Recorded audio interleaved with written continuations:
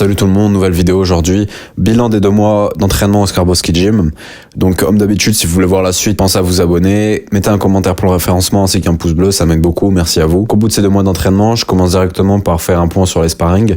Donc au tout début, les sparring pour moi c'était vraiment difficile parce que ce que j'avais fait c'était qu'un seul mois de boxe anglaise. Donc j'avais quelques bases notamment pour taper, quelques mouvements de tête pour pouvoir esquiver et quelques contre-parades. Et c'est tout ce que j'avais globalement dans mon inventaire de boxeur. Quand on arrive en boxe taille, il y a les jambes qui se rajoutent en plus. Il y a aussi les coudes, il y a aussi les genoux, mais on utilise surtout les jambes et les poings dans les sparring de boxe taille. Je fais mes sparring de boxe taille et au tout début c'était une vraie galère. On s'en souvient très bien, j'étais incapable de comprendre ce qui allait se passer. Je comprenais globalement rien au rythme, je comprenais pas où est-ce qu'il fallait taper, je ne comprenais rien à ma respiration, je ne comprenais rien au déplacement, je ne comprenais rien au moment avec quel membre il allait me taper, je ne comprenais rien aux distances en plus de ça, et je ne savais pas taper correctement ni avec mes jambes. Avec mes poings ça allait, mais avec mes jambes c'était absolument impossible. Au corps à corps je savais pas quoi faire, je faisais tout le temps me faire tomber, bon ça a pas vraiment changé. Et je n'étais pas du tout relaxé, j'avais un mauvais équilibre, donc il y avait toutes ces choses-là dont je me suis rendu compte, je savais pas me positionner non plus, et j'avais aucune stratégie dans ma tête.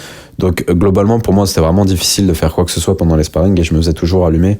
Et comme ce que je disais au début, j'étais tout le temps confus quand le mec avançait sur moi parce que je savais pas avec quoi il allait me taper, et c'était surtout ça pour moi le plus difficile. Donc j'avais même pas une garde qui était correcte, je ne savais pas comment bloquer ni esquiver correctement.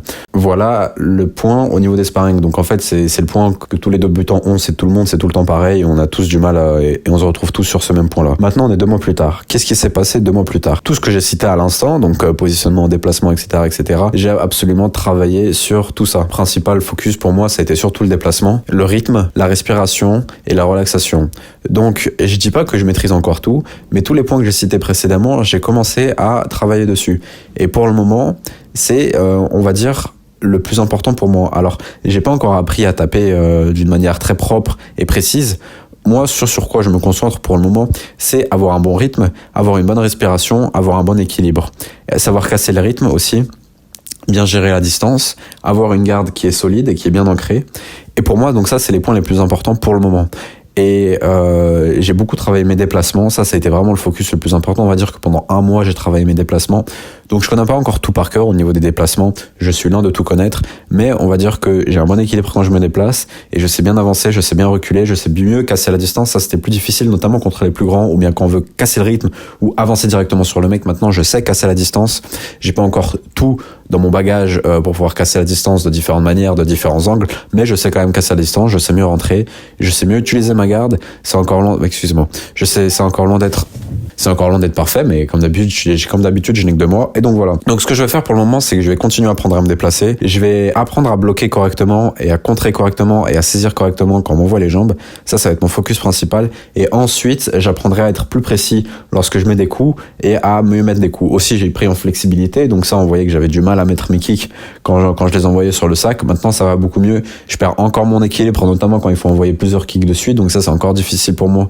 Mais c'est déjà mieux. Faut savoir que j'ai pas vraiment entraîné à mettre des kicks parce que je me suis blessé, ça je vais en parler juste après. Au final, je suis très satisfait de ma progression. Faut savoir que je m'entraînais entre 3 et 6 heures par jour, 5 fois par semaine en moyenne. Je faisais pas que de la boxe taille, mais je faisais principalement ça. Au niveau de ma condition physique, ça s'est un peu détérioré parce qu'avant je faisais beaucoup plus de sport qui était cardio, je pense une meilleure condition physique, mais vu que la boxe taille c'est très technique, enfin moi je me suis entraîné de manière très technique et pas du tout de manière cardio quoi. Cardio c'est un peu diminué, enfin bref. Donc je suis très satisfait de ma progression. Là, on va dire que cette dernière semaine, bon du coup il y a eu changement, je suis venu à Lyon, donc faut que je me réhabitue, faut que je m'entraîne différemment. Je suis en train de refaire un programme. Là, je pense partir sur plus une prépa physique générale pour avoir un corps qui est bien conditionné à s'adapter à toutes les situations. Ça va être mon focus. Je vais continuer à travailler mes déplacements et comme je l'ai dit, travailler ma saisie, travailler les blocages, travailler les esquives et travailler ma garde surtout. C'est ça mon focus principal. Excusez-moi d'avoir reniflé, ça doit être dégueulasse à entendre. Est-ce que le focus s'est fait? J'ai pas mes lunettes. Bon, on verra. Si le focus s'est pas fait, c'est pas grave. Donc au bout de 2 mois, on va dire que c'est ça globalement ce que je peux faire. J'ai toujours pas fait de sparring dur, j'ai fait que des sparring légers parce que j'ai voulu être très technique. Deuxième point, maintenant on va parler des blessures directement. Donc ce qui s'est passé pour moi, j'ai eu des petites blessures entre guillemets, mais assez handicapantes. La première, ça a été, donc là actuellement j'ai une tendinite au niveau de l'épaule, donc là je suis en train de saigner. C'est ce qui s'est passé, j'ai commencé à délaisser tout ce qui est récupération, et quand tu t'entraînes beaucoup, ça le paye quoi. Et comme d'ailleurs je fais face à un dilemme actuellement puisque j'aimerais sécher, mais c'est difficile vu que je fais beaucoup de sport. Moi j'ai beaucoup moins bien et j'étais bas en énergie, je m'occupais pas de ma récupération correctement. Donc ce qui se passe, c'est que là je commence à avoir un début de tendinite depuis quelques semaines et j'ai pas envie que ça devienne dégénératif. Donc je reprends mon soin, j'espère que ça va mieux aller. Mais bref, pour ce qui s'est passé à la boxe thaï, j'ai eu une fêlure de côte, je crois que c'était dans l'épisode 7. Et bien un mec m'avait mis un coup de genou et ça m'a posé problème puisque comme je l'avais dit au tout début à mon premier épisode, c'est que j'ai absolument pas envie de me blesser parce que quand on s'entraîne beaucoup, quand on se blesse, c'est fatal. Et là le problème de la blessure, c'est que ça m'a empêché psychologiquement de rentrer pendant les combats, pendant les sparring, parce que je me disais à tout moment le mec il va me mettre un mauvais coup, et c'est déjà arrivé quelques fois, il va me mettre un mauvais coup et je vais avoir mal, et j'ai pas envie d'avoir mal parce que c'est chiant, j'ai pas envie que la blessure s'aggrave. C'est surtout ça en fait le problème, que j'ai mal c'est bon, mais que si la blessure elle s'aggrave et que après je me retrouve à devoir avoir 6 mois où je suis comme un handicapé, bah c'est pas possible quoi, j'ai pas envie d'avoir ça. Donc je faisais surtout attention à ça, que ça devienne pas plus grave. Là ça va beaucoup mieux, mais j'attends encore un peu, j'ai pas envie de trop me presser, ça sert à rien parce que je préfère attendre encore quelques semaines avant de faire des sparring durs. De toute façon il faut la technique avant de faire des sparring durs. Je préviens juste maintenant que j'ai une côte fêlée, donc tapez pas au foie. Ensuite ma deuxième blessure, c'était un truc qui était plutôt génétique puisque j'ai le quadriceps, le grand droit qui est tout le temps contracté au niveau de mon col du fémur, et ça m'a fait mal. C'était parce que je mettais mal mes kicks. En fait, je faisais une hyper extension, je me mettais trop en avant, donc ça me tirait sur mon grand droit et il était pas du tout habitué. Maintenant, ça va beaucoup mieux. Je fais attention à bien espacer ma sollicitation de ce groupe musculaire-là, notamment quand je vais courir. Maintenant, je fais très attention. J'évite de courir le même jour où je fais de la boxe thaï. Ensuite, au niveau du mental, alors franchement, je suis super content globalement dans ma vie, tout simplement. Et la boxe thaï, étant donné que j'étais déjà dans un processus entre guillemets de travailler sur moi, travailler sur mon bien-être, travailler sur mon équilibre personnel et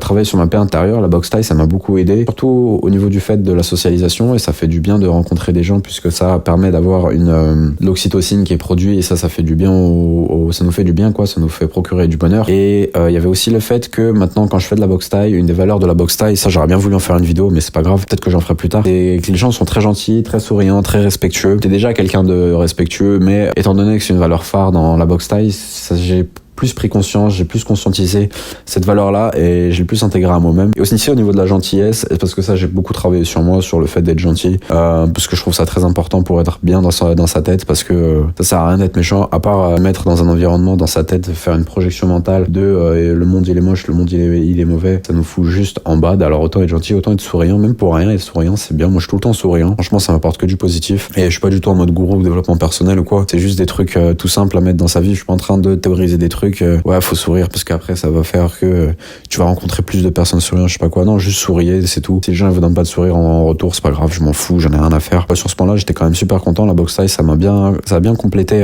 ce travail sur moi-même que j'ai fait pour me sentir mieux dans ma vie. Non pas que j'avais des énormes soucis, hein. Enfin, j'ai une vie banale quoi, c'est tout le monde a des problèmes, mais mon but c'était de me sentir mieux, et je suis en train d'aller vers le mieux. Et la boxe thaï aussi, ça me permet de plus prendre conscience de mon corps. Ça c'était quelque chose de très important pour moi, de plus mettre en mouvement mon corps. Moi ce que je recherche c'est la vitalité aussi, le bien-être, et ça permet de mouvoir son corps, de devenir plus agile. Je sais pas, j'ai l'impression d'augmenter ma vitalité, et donc ça je suis super content de faire de la boxe thaï pour cette raison. Le seul point négatif c'est que ouais, il y a souvent des blessures qui sont associées, surtout quand on fait pas attention et qu'on est face à des personnes qui n'ont pas conscience de l'importance d'avoir un corps qui est en bonne santé et qui ne font pas attention ou qui ne se maîtrisent pas sur les coups. Ça c'est le point que j'aime moins bien, mais la vie quoi, c'est la société, on n'est pas dans une société où on nous fait prendre conscience de l'importance du bien-être de notre corps, plein de plans pardon. Donc ça fait à peu près plus ou moins 10 minutes de vidéo, j'ai pas envie de faire plus long parce que la dernière fois c'était trop long. Là je voulais juste débiter d'un coup comme ça, faire une conclusion comme ça à chaud, ce à quoi j'ai pensé, ce sur quoi ça m'a apporté, et ce pourquoi est-ce que je vous recommande de faire de la boxe thaï aussi. Donc ouais, Skarboski Gym, ça a été super bons entraîneurs, beaucoup de champions du monde. Les entraîneurs ils sont super gentils. L'avantage c'est qu'on peut s'entraîner tout seul. Il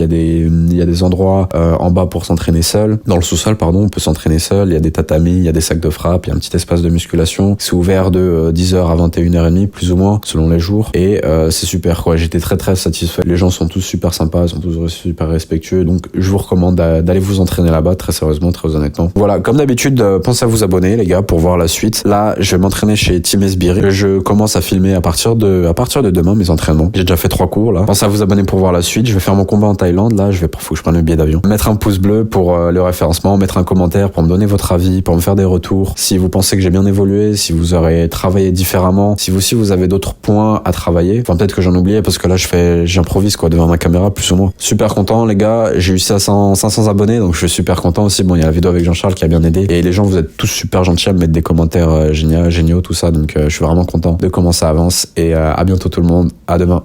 Ciao.